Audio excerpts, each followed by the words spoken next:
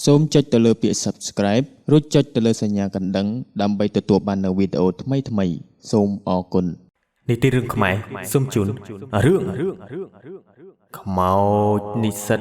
ក្រមុំ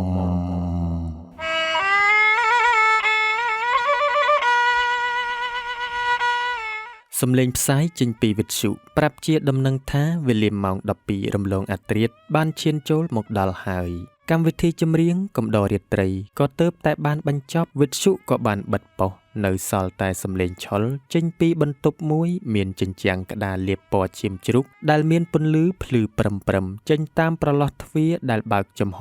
អនុញ្ញាតឲ្យមើលឃើញនារីម្នាក់ដែលកំពុងតែអង្គុយនៅលើកៅអីដាក់ដៃនៅលើតុសរសេរអក្សរដោយបែរខ្នងមករកទ្វារនាងដែលកំពុងតែអង្គុយសរសេរអក្សរយកដៃទៅចុចបិទវិទ្យុព្រោះសំឡេងឆុលដែលឮចេញពីវិទ្យុនោះហាក់បីដូចជារំខានដល់ត្រចៀករបស់នាងរួចហើយនាងក៏ដាក់ប៊ិចចូលទៅក្នុងប្រអប់ដាក់ប៊ិចនៅលើតុនិងបិទសៀវភៅទើបដើរទៅរកបង្អួចដែលបើកចំហនៅខាងមុខនាងឈរសម្លឹងមើលទៅខាងក្រៅសក់នាងវែងពាក់អាវពណ៌ផ្ទៃមេឃនិងស្លៀកសំពត់និស្សិននៅក្នុងបន្ទប់របស់នាងមើលទៅរៀបចំបានយ៉ាងស្អាតមានបិទរូបទេសភាពទឹកជ្រោះនិងព្រៃភ្នំសង្គ្រប់កន្លែងនៅនឹងទ្វារនិងបង្អួចមានតុបតែងដោយរំយោលសម្រាប់លម្អបន្ទប់មើលទៅជាបន្ទប់មនុស្សស្រីក្រមុំដែលពូកែតុបតែងលម្អផ្ទះ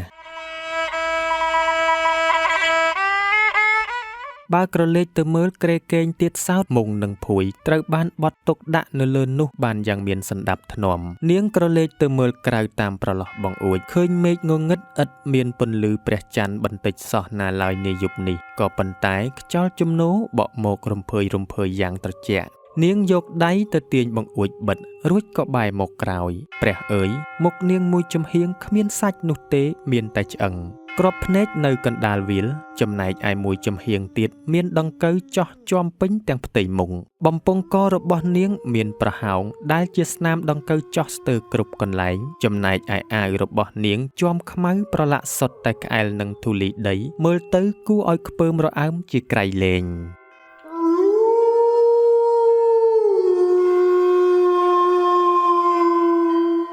នាងមិនដេកនៅលើគ្រែនោះទេនាងបាត់ខ្លួនពីត្រង់បង្អួចហើយទៅលិចចេញនៅលើធ្នឹមផ្ទះឯណោះទៅវិញរំពេចដែលនាងបាត់រូបរាងពីបន្ទុំសម្ភារៈក្នុងបន្ទប់ក៏ប្រែទៅជារប៉ាត់រប៉ាយរូបភាពដែលបិទនៅលើជញ្ជាំងក៏ប្រែទៅជាដាច់រហែកចំណែកឯនៅតាមជ្រុងជញ្ជាំងឃើញសុទ្ធតែសម្បុកពីងពីងហើយសត្វកណ្ដុរក៏ចាប់ផ្ដើមរត់ចុះឡើងពេញបន្ទុំនៅលើធ្នឹមខាងមុខបន្ទុំនាងខ្មោចក្រឡេកចុះឡើងក៏ឃើញទ្វារមិនទាន់បិទនាងក៏និយាយឡើងថាភ្លេចបិទទ្វាររួចនាងក៏លូកដៃយ៉ាងវែងអន្លាយទៅទាញទ្វារបិណ្ឌ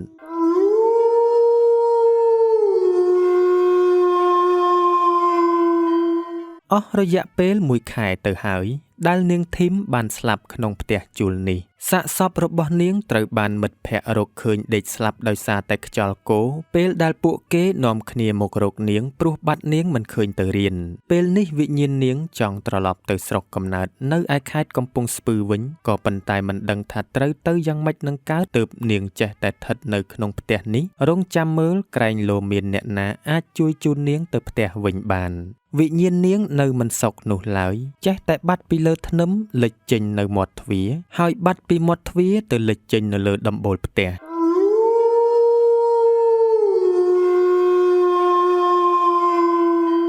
បានបន្តិចនាងក៏ឮសំឡេងម៉ូតូមួយកំពុងតែបើកមកពីចម្ងាយទំនងជាត្រូវឆ្លងកាត់ផ្ទះនេះនាងក៏ពោលតិចទៅកាន់ខ្លួននាងថា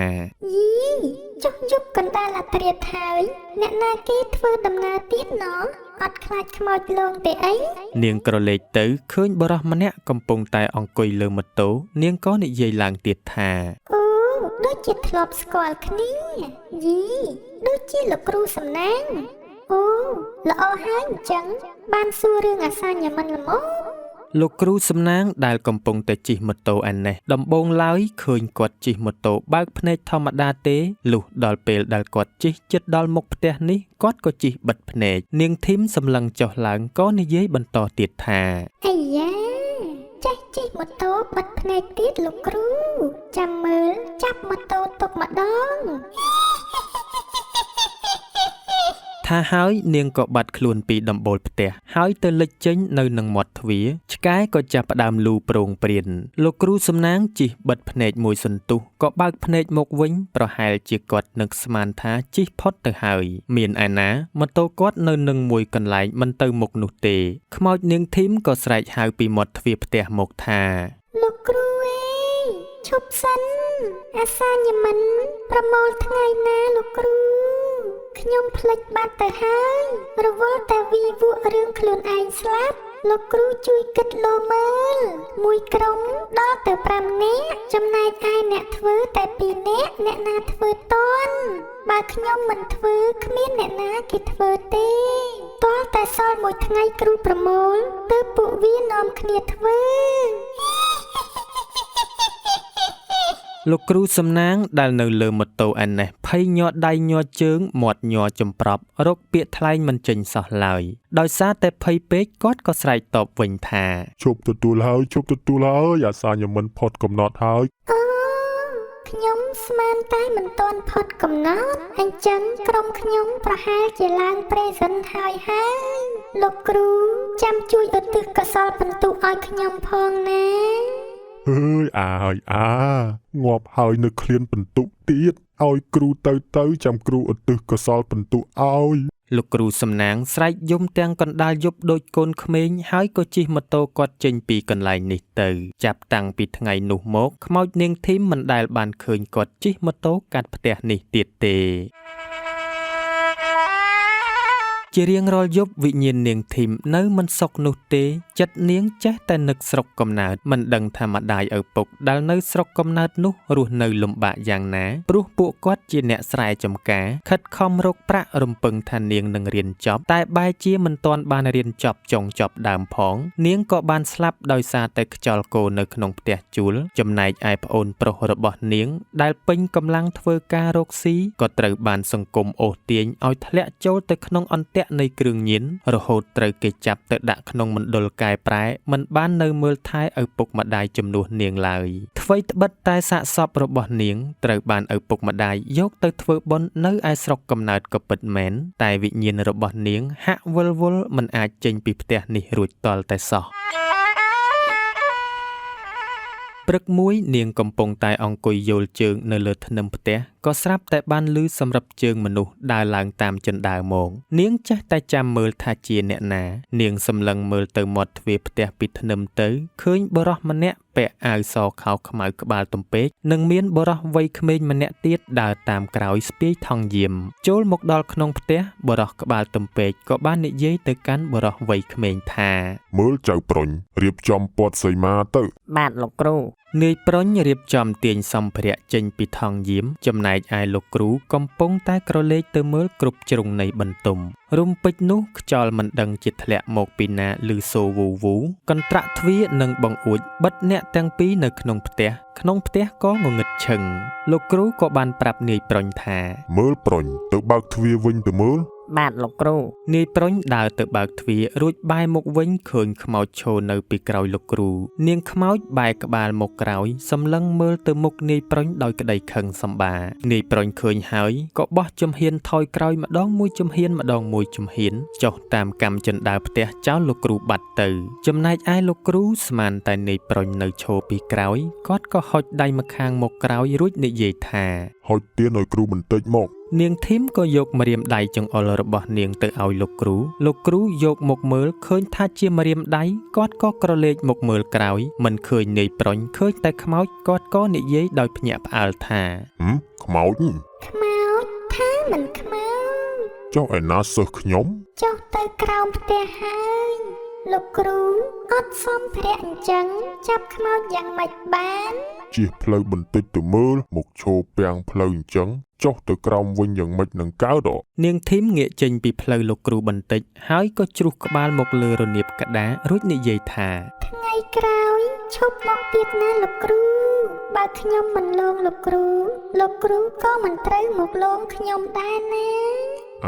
យើងដឹងហើយមិនបាច់និយាយច្រើនទេនិយាយល្មមនឹងយើងដឹងហើយលោកគ្រូនេះនិយាយសម្ដីនឹងននណាតែបើមើលដៃជើងគាត់ញ័រអស់ទៅហើយមានទាំងទឹកនោមហូរតាមជើងខោមករលាក់ផងដែរ ក្រោយរយៈពេលប៉ុន្មានថ្ងៃដែលគ្រូចាប់ខ្មោចបរាជ័យក្នុងការចាប់នាងធីមនាងក៏មិនដែលឃើញម្ចាស់ផ្ទះហៅគ្រូឯណាមកចាប់នាងទៀតដែរតែរំលងបានប្រហែលជាមួយខែក៏ស្រាប់តែមានគូសង្សារ2នាក់មិនដឹងជាទៅតែមកពីណាម៉ោង12ថ្ងៃត្រង់បាននាំគ្នាឡើងមកក្នុងផ្ទះនេះសាសងគ្នាព្រមទាំងអោបថើបគ្នាយ៉ាងចាស់ដៃដោយមិនដឹងថាខ្មោចនាងធីមកំពុងតែនៅលើធ្នឹមផ្ទះសោះឡើយខ្មោចនាងធីមដែលជាខ្មោចក្រមុំឃើញហើយអៀននឹងទង្វើអ្នកទាំងពីរនេះជាខ្លាំងក៏ដកដៃទៅខោកក្បាលអ្នកទាំងពីរនាក់នេះម្នាក់មួយក្រញទើបអ្នកទាំងពីរនោះក្រឡេកមកលើធ្នឹមឃើញនាងធីមដកដៃដកជើងយ៉ាងវែងទម្លាក់ចុះមករួចក៏និយាយថាយីរំបល់យោនេះវៃធ្វើអីឡប់អញ្ចឹងមិនដឹងថាខ្មោចអៀនទេអីណែនាងខ្លួននាងជាស្រីទេរួចបើស្រឡាញ់គ្នាមិនហៅឲ្យគេចូលស្ដីឲ្យម៉ែឪដឹងឮបានវាមិនអាចបោកនាងបានរំបល់យោនេះទៅចេញទៅប្រយ័ត្នយើងទ្រាំមិនបានលងទាំងពីរនាក់ឥឡូវហើយអ្នកទាំងពីរនាក់ឃើញដូច្នេះហើយបះសក់ឡើងកន្ទ្រើងរួចប្រញាប់ប្រញាល់រត់ចេញពីផ្ទះនេះទៅ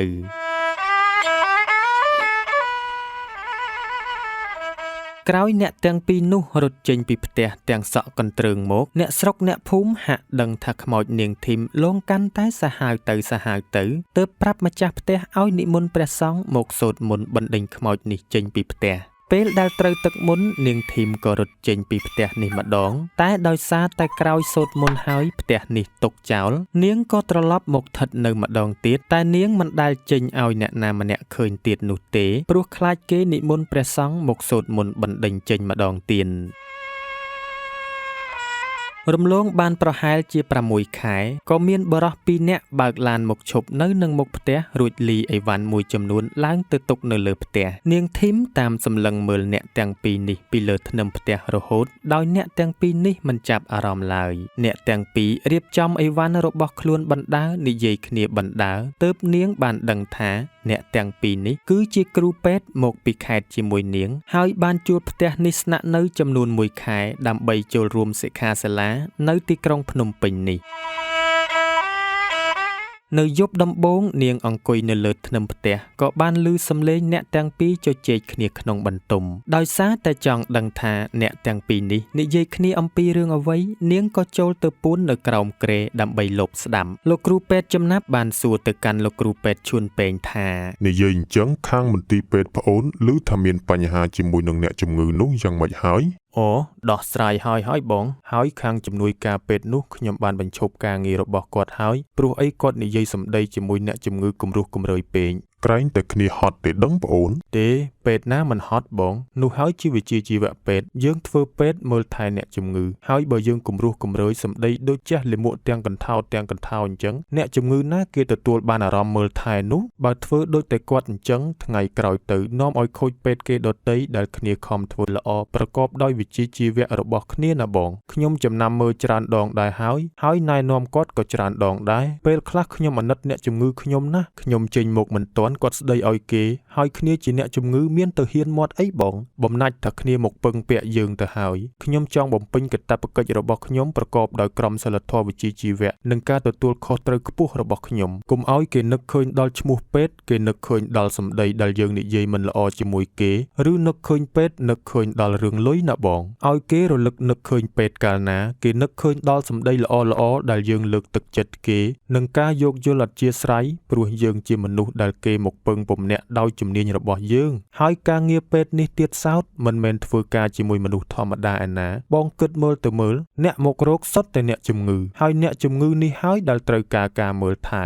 បើសម្ដីអាក្រក់ដូចតែគាត់អញ្ចឹងមិននឹងសមធ្វើជាអ្នកមើលថែគេទៅហើយមិននឹងសមធ្វើជាពេទ្យទៅធ្វើដូចគាត់អញ្ចឹងខូចពេទ្យគេដទៃអស់ខ្ញុំទុកមិនបានតទៅទៀតទេមនុស្សយើងណាបងមានតែជំនាញមិនទាន់គ្រប់គ្រាន់ទេត្រូវមានសីលធម៌វិជ្ជាជីវៈមួយទៀតទើបធ្វើឲ្យយើងប្រកបអាជីពរបស់យើងដោយសេចក្តីថ្លៃថ្នូរនិងជាកោសិកាមួយដែលសង្គមមិនអាចខ្វះបានណាអូត្រូវណាស់ប្អូនតែខ្ញុំឃើញគេរិះគន់ដោយទាំងប្អូនទៀតតើប្អូនយល់យ៉ាងណាដែរ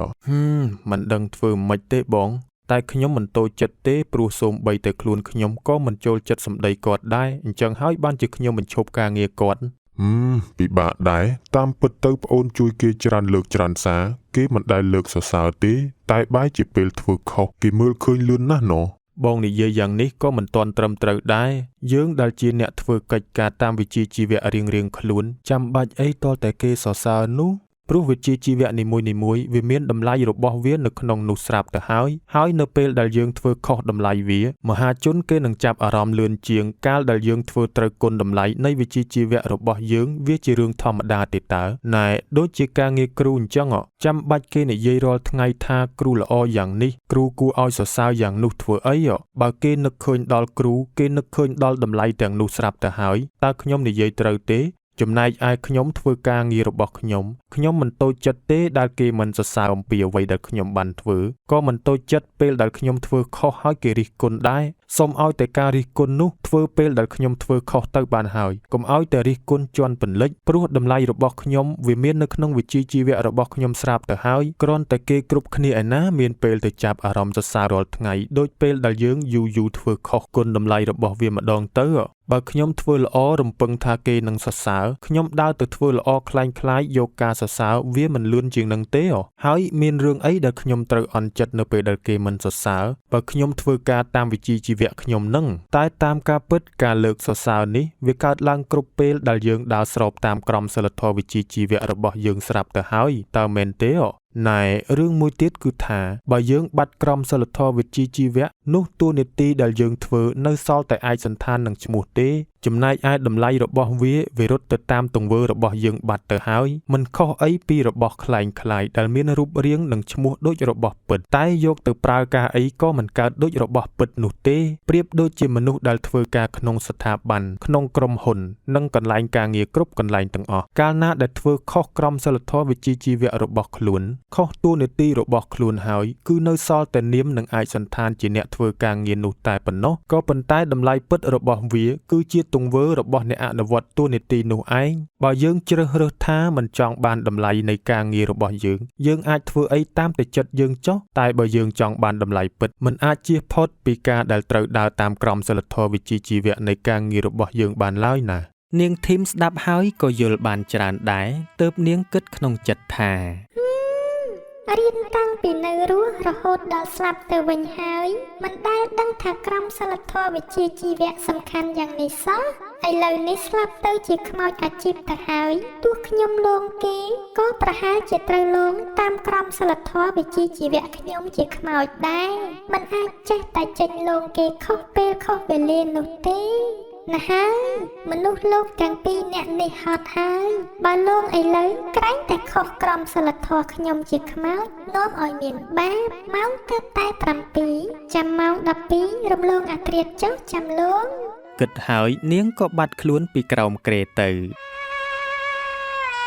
មិនយូរប៉ុន្មានម៉ោង12ក៏បានឈានចូលមកដល់អ្នកទាំងពីរនោះកំពុងតែគេងលង់លក់យ៉ាងស្កប់ស្កល់នាងខ្មោចក៏ទៅកេះជើងលោកគ្រូពេទ្យចំណាប់ឲ្យភ្ញាក់ឡើងលុះពេទ្យចំណាប់ភ្ញាក់ឡើងក៏បានឃើញខ្មោចនាងធីមធ្វើខ្លួនទន់រលាក់រលាក់ធ្លាក់អណ្ដាតដល់រនាបក្តារធ្វើសំឡេងហ៊ឺគាត់ឃើញហើយភ័យឡើងសន្លប់បាត់ស្មារតីទោះនាងធីមប្រឹងកេះជើងគាត់យ៉ាងណាក៏គាត់មិនភ្ញាក់មកវិញទាល់តែសោះនាងធីមក៏ទៅកេះជើងពេទ្យឈួនពេងបន្តទៀតហើយលងគាត់ដូចដែលនាងលងលោកគ្រូពេទ្យចំណាប់ដែរលោកគ្រូពេទ្យឈួនពេងបះសក់ឡើងច្រាងហើយក៏សន្លប់ស្ដោកក្បែរលោកគ្រូពេទ្យចំណាប់រហូតដល់ព្រឹកឡើងទើបអ្នកទាំងពីររើអីវ៉ាន់ចេញទាំងព្រឹកនិងប្រាប់អំពីរឿងខ្មោចលងនេះទៅដល់ម្ចាស់ផ្ទះ